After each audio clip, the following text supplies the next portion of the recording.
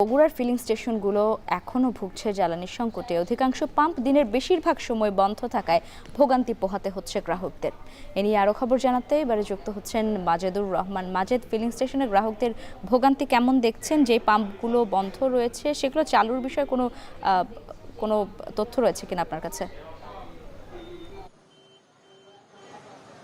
হ্যাঁ লাইবা, আসলে যে তেল সংকট এটা কিন্তু এখনো বিরাজমান এই বগুড়াতে। তবে আগে যে অনেক বড় লাইন আমরা দেখতে পাচ্ছিলাম সেখান থেকে কিন্তু একটু লাইনটা কমে আসছে।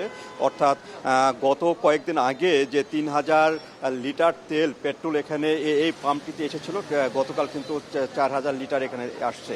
অর্থাৎ তেলের যে সরবরাহ সেখানে একটু বাড়ছে, তবে যে এখনো যে সংকট সেটা কিন্তু বিরাজ করছে। এবং বগুড়াতে যে ৪২টি পাম্প রয়েছে, তেলের পাম্প রয়েছে এখানে পেট্রোল এবং অকটেন, সে পাম্পগুলোতে কিন্তু কোনো কোনো পাম্পে অর্ধেক সময়ে তেল দেওয়া হচ্ছে, আবার তেল আসা সাপেক্ষে অন্য সময় আবার তেল দেওয়া হচ্ছে। এইভাবে কিন্তু পর্যায়ক্রমে তেল দেওয়া হচ্ছে। তবে তেল যে একেবারে নাই কোনো পাম্পে, সাময়িকভাবে নাই হয়তো, কিন্তু কিছুক্ষণ পরে কিংবা একদিন পরে সে তেল আসছে, আবার তারা দিচ্ছেন।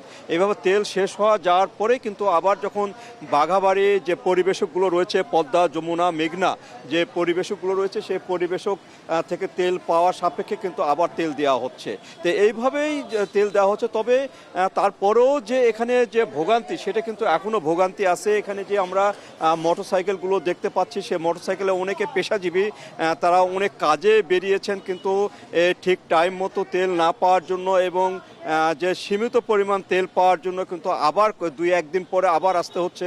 এইভাবে কিন্তু তারা তেল সংগ্রহ করছেন এবং তাদের যে ভোগান্তি সেটা কিন্তু এখনও থেকেই যাচ্ছে। তো এইভাবে কিন্তু তারা তেল সংগ্রহ করছেন। আর এখানে যে তদারকি, সেই তদারকি বিষয়টা কিন্তু রয়েছে।